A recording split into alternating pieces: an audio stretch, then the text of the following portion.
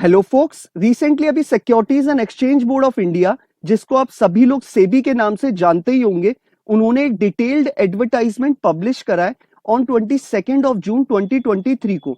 इस detailed advertisement में उन्होंने रिक्रूटमेंट निकाला है for assistant manager in legal department.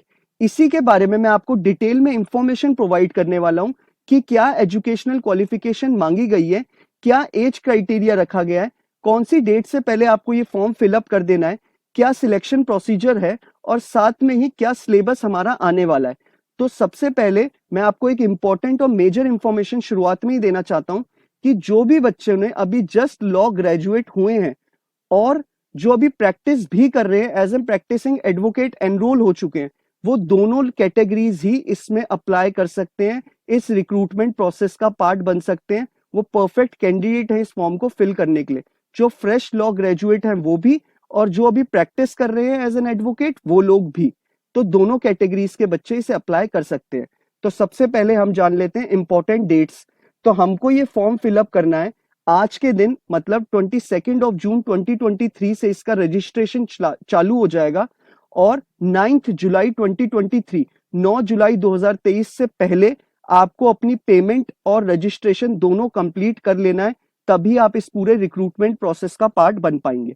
अब इसमें बोला गया है कि आपको इंटीमेट कैसे करा जाएगा। जो भी आप फॉर्म में अपनी ईमेल आईडी और अपना एसएमएस मतलब फोन नंबर प्रोवाइड करेंगे, वहां पर से ही आपको इंटीमेट करा जाएगा। मतलब बाय ईमेल या फिर वाया एसएमएस आपको इंटीमेट कर दिया जाएगा कि आप अपना कॉल लेटर डाउनलोड कर लीजिए, अपना एडमिट कार्ड डाउनलोड कर लीजिए, ताकि आप अपना एग्जाम दे पाए।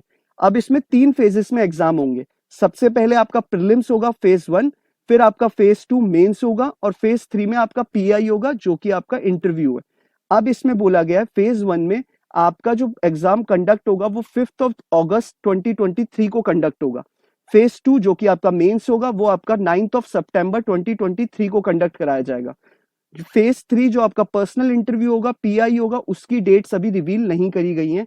आपके मेंस के जो भी मेंस में बच्चे क्लियर होंगे उनको वाया ईमेल या एसएमएस के थ्रू उनको इंटीमेट कर दिया जाएगा कि इस डेट को आपका इंटरव्यू शेड्यूल है, आप अपना इंटरव्यू के लिए देने के लिए इस जगह पे, इस लोकेशन पे, इस टाइम पे आप आ जाइएगा। तो ये आपको उसी टाइम पे इंटीमेट करा जाएगा। अब इसमें बोला गया है कि हमारी नंबर ऑफ वैकेंसीज 25 निकाली गई हैं, 25 वैकेंसी निकाली गई हैं, बहुत वैकेंसी निकाली है। तो मैं चाहूंगा लॉ ग्रेजुएट्स और जो एलएलबी अभी कंप्लीट कर चुके हैं और प्रैक्टिस कर रहे हैं वो लोग भी दोनों इससे जरूर अप्लाई करें, इस पूरे रिक्रूटमेंट प्रोसेस का पार्ट बने। क्योंकि एक तो ये ए ग्रेड की जॉब है, साथ ही साथ आपको पूरी फैसिलिटीज मिलेंगी। जैसे आपको जिसमें आपको जैसे गवर्नमेंट फैसिलिटीज मिलती हैं, आपको सारा मेडिकल बेनिफिट्स मिलेगा, आपको अपना एचआरए मिलेगा, आपको रेजिडेंशियल अकोमोडेशन मिलेगा, आपको सारी गवर्नमेंट फैसिलिटीज इसमें मिलेंगी। अब इसमें हम देख लेते हैं वैकेंसीज में कि हमारा डिस्ट्रीब्यूशन कैसे करा गया है। जो अनरिजर्व कैटेगरी है, जनरल कैटेगरी, उनके लिए 11 वैकेंसी है।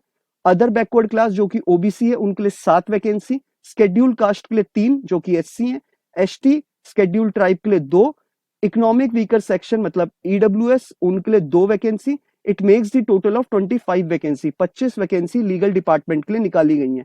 अब इसमें बोला गया एजुकेशनल क्वालिफिकेशन क्या चाहिए। मैंडेटरी बोला गया है कि जो इस फॉर्म को फिल कर सकता है उनके लिए बोला गया है कि आपके पास एलएलबी की डिग्री होनी चाहिए।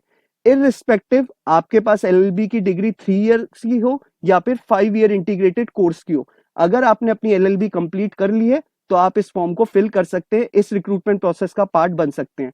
डिजायरेबल एक्सपीरियंस मतलब जो भी डिजायरेबल एक्सपीरियंस को मीट करेगा उन्हें बाकी बच्चों से थोड़ा अपर एज मिलेगा। अपर एज कैसे मिलेगा वो मैं आपको आगे बताऊंगा। डिजायरेबल एक्सपीरियंस में बोला गया है कि आपके पास मिनिमम 2 साल का एक्सपीरियंस हो एज एन प्रैक्टिसिंग एडवोकेट। आपको प्रैक्टिस करते हुए एज एन एडवोकेट मिनिमम 2 साल कंप्लीट हो गए हो, वो इनकी डिजायरेबल एक्सपीरियंस बोला गया है। अब इन्होंने इसमें आगे हमें बोला है कि एज लिमिट हमारी क्या रखी गई है, एज क्राइटेरिया क्या है। अगर आप 31/5/2023 से पहले आपके अभी 30 साल कंप्लीट नहीं हुए हैं, आप परफेक्ट कैंडिडेट है इस फॉर्म को फिलअप करने के लिए। अगर अभी आपके 31/5/2023 से पहले 30 साल, अगर अभी आप बिलो 30 इयर्स ऑफ एज है एज ऑन 31/5/2023 तक, तो आप इस फॉर्म को फिल कर सकते हैं, इस रिक्रूटमेंट प्रोसेस का पार्ट बन सकते हैं। बिलो 30 मैं आपको एक बार फिर बता दूं।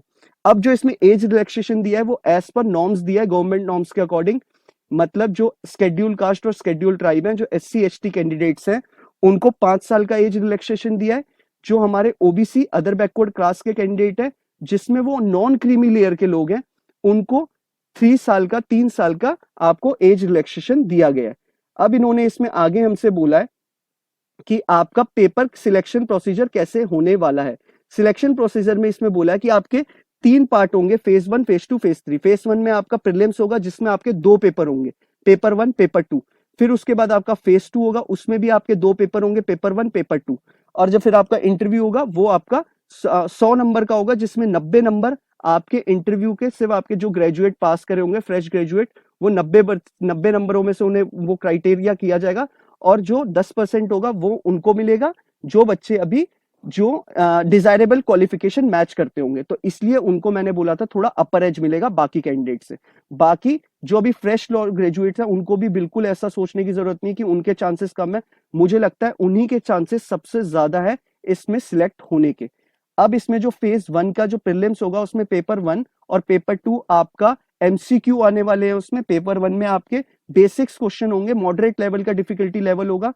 बता देता हूं मैं क्या क्या आने वाला है। English language, quantitative aptitude, test of reasoning और आपका जनरल अवेयरनेस के क्वेश्चन होंगे। 100 नंबर का पेपर होगा और आपको 60 मिनट मतलब 1 घंटे का समय दिया जाएगा। पेपर 2 आपका मेन स्ट्रीम पेपर होगा, मतलब मेन स्ट्रीम पेपर मींस आपके मेन कोर फील्ड से बिलोंग करता होगा। ये भी 100 नंबर का होगा और 40 मिनट का होगा। तो ध्यान रखिएगा, आपके 2 पेपर है, दोनों आपके MCQ होने वाले हैं प्रीलिम्स में। और MCQ क्वेश्चन को ही आपको 1 घंटा 40 मिनट का आपका एग्जाम कंडक्ट कराया जाएगा, जिसमें आपके 2 पेपर होंगे और आपको उसमें 4 ऑप्शंस मिलेंगे, उनमें से आपको एक पे टिक करना है। अब इसमें हम बात कर लेते हैं मेंस में। मेंस में भी आपके 2 एग्जाम होंगे, पेपर 1 और पेपर 2, दोनों 100 नंबर के होंगे। पेपर 1 और पेपर 2 दोनों डिस्क्रिप्टिव का होगा। पेपर 1 जो होगा वो आपका इंग्लिश का होगा और पेपर 2 आपकी कोर फील्ड का होगा, मतलब लॉ का होगा। दोनों पेपर आपके 100 नंबर के होंगे। इसमें नेगेटिव मार्किंग है, मेक श्योर आपको पता हो कि ये पेपर नेगेटिव मार्किंग से बिलोंग करता है। अब इसमें बोला गया इंटरव्यू में, जो मैंने आपको बताया 90% वेटेज होगा आपका, जो फ्रेश लॉ ग्रेजुएट्स हैं और जिनके पास पोस्ट क्वालिफिकेशन एक्सपीरियंस है, जैसे डिजायरेबल क्वालिफिकेशन मैच करते हैं, उनके लिए वो 10% का वेटेज रखा जाएगा, मतलब उन्हें 1.5 नंबर का एडवांटेज मिलेगा बाकी स्टूडेंट से। तो ये आपका बोला है, लेकिन मैं स्टिल आपको बताऊंगा जो फ्रेश लॉ ग्रेजुएट्स है उनकी चांसेस अभी भी सबसे ज्यादा है इसमें। अब हम बात कर लेते हैं desirable qualification, even though as a practicing advocate match करता है, लेकिन हमेशा जो हमारा पैनल होता है वो फ्रेश लॉ ग्रेजुएट्स को ज्यादा प्रेफर करता है। अब हम इसमें पे ग्रेड की बात कर लेते हैं। पे ग्रेड इसमें बोला गया है आपका 1,49,500 रुपीज आपको मंथली मिलेगा, अगर आप अकोमोडेशन नहीं लेते हैं तो। अगर आप अपना सरकारी मकान नहीं लेते हैं तो 1,49,500 रुपीज आपको मंथली मिलेगा। अगर आप मकान ले लेते हैं, अपना रेजिडेंशियल अकोमोडेशन ले लेते हैं सेबी से, तो आपको पर मंथ 1,11,000 रुपीज मिलेगा। ये आपको मिलने के साथ साथ आपको एक्स्ट्रा अदर बेनिफिट्स भी मिलेंगे, जैसे कि आपको मिलेगा अपना leave fair concession, medical allowance मिलेगा, आपको आई रिफ्रैक्शन मिलेगा, एजुकेशनल अलाउंस मिलेगा, मतलब आपको ये सारे अदर बेनिफिट्स मिलेंगे जो मिलते हैं। अब हम इसमें बात कर लेते हैं प्रीलिम्स के लिए कौन सी जगह आप चुन सकते हैं अपनी। ये सारी चीजें दे रखी हैं, आप इनमें से कोई भी अपनी जगह एक चुन सकते हैं जो आपके नियरेस्ट हो आपके होम लोकेशन से, तो आप वहां पर अपना जाके प्रीलिम्स दे सकते हैं।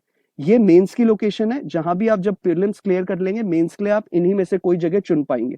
अब ये एडवर्टाइजमेंट भी अगर आपको देखना है खुद से, तो मैंने नीचे डिस्क्रिप्शन बॉक्स में इसका लिंक दे रखा है, आप डायरेक्टली क्लिक करके इसे अपना खुद से डाउनलोड करके पढ़ सकते हैं। अगर आपको ये पढ़ने के बाद आपको मेरे इससे समझ आ जाता है, तो नीचे ही डिस्क्रिप्शन बॉक्स में मैंने अप्लाई हेयर का एक ऑप्शन दे रखा है, आप वहां पर क्लिक करके डायरेक्टली ये फॉर्म फिलअप कर सकते हैं। तो आपको कहीं और जाने की जरूरत नहीं है, आपको डायरेक्टली यहीं से ही आप फॉर्म अपना फिल कर सकते हैं। अब इसमें बोला गया एप्लीकेशन फी कितनी है। एप्लीकेशन फी रखी गई है for general category, unreserved category, जो कि अदर बैकवर्ड क्लास और इकोनॉमिक वीकर सेक्शन के लिए 1,000 रुपए रखी गई है फीस, और शेड्यूल कास्ट, शेड्यूल ट्राइब और PWD कैंडिडेट्स के लिए 100 रुपए की फीस रखी गई है। तो ये आपकी फीस है जो आपको भरनी है अपना रजिस्ट्रेशन प्रोसेस कंप्लीट करने के बाद। अब इन्होंने हमारा, इसमें हम सिलेबस की बात कर लेते हैं कि हमारा सिलेबस क्या आने वाला है एग्जाम के अंदर। जो हमारा एग्जाम में सिलेबस आएगा मैं आपको बता देता हूं। हमारा एग्जाम में जो सिलेबस आएगा फेज 1 में, मतलब प्रीलिम्स में जो हमारा एग्जाम में पेपर में आने वाला है, प्रीलिम्स में फेज 1 में, जो कि हमारा सेकंड पेपर जो हमारी फील्ड से बिलोंग करता है, उसमें जो आपका पेपर में आने वाले हैं वो कॉन्स्टिट्यूशन आने वाला है, कॉन्स्टी आने वाला है, कॉन्ट्रैक्ट लॉ आने वाला है और गुड्स एक्ट्स आने वाला है, आपका सेल्स और पार्टनरशिप एक्ट आने वाला है, स्पेसिफिक रिलीफ एक्ट आने वाला है, सीपीसी आने वाला है, ट्रांसफर ऑफ प्रॉपर्टी एक्ट आने वाला है, आर्बिट्रेशन कंसिलिएशन एक्ट आने वाला है, लिमिटेशन एक्ट आने वाला है, एडमिनिस्ट्रेटिव लॉ आने वाला है, ज्यूरिस्प्रूडेंस आने वाला है और लेटेंट टर्म्स एंड मैक्सिम्स आने वाला है। मैक्सिम्स आपको पता होंगी और law of torts and consumer protection act आने वाला है। ये आपके प्रीलिम्स के जो आपका एमसीक्यू टाइप क्वेश्चन आएगा वो आपका ये पेपर 2 में आने वाला है। अब हम कर लेते हैं मेंस की बात पेपर 2 की। इसमें हमारा आने वाला है criminal law, law of evidence, companies act, LLP, insolvency and bankruptcy code. ये आपका आने वाला है। सिक्योरिटीज लॉज में आपका जो भी सेबी से रिगार्डिंग लॉज है वो सारी चीजें आने वाली हैं। तो ये आपका होने वाला है। अब जो आपका मेंस में जो आपका पेपर 1 होने वाला है इंग्लिश राइटिंग स्किल्स, वो भी आपका एस्से राइटिंग या कॉम्प्रिहेंसिव राइटिंग में आने वाला है। आपको टॉपिक मिलेंगे, उन पे आपको लिखना होगा। ठीक है। बाकी अगर आपको ये फॉर्म फिलअप करने में कोई भी इशू फेस होता है, कोई भी क्वेरी अराइज होती है, आप डायरेक्टली उसे कमेंट बॉक्स में लिखिएगा।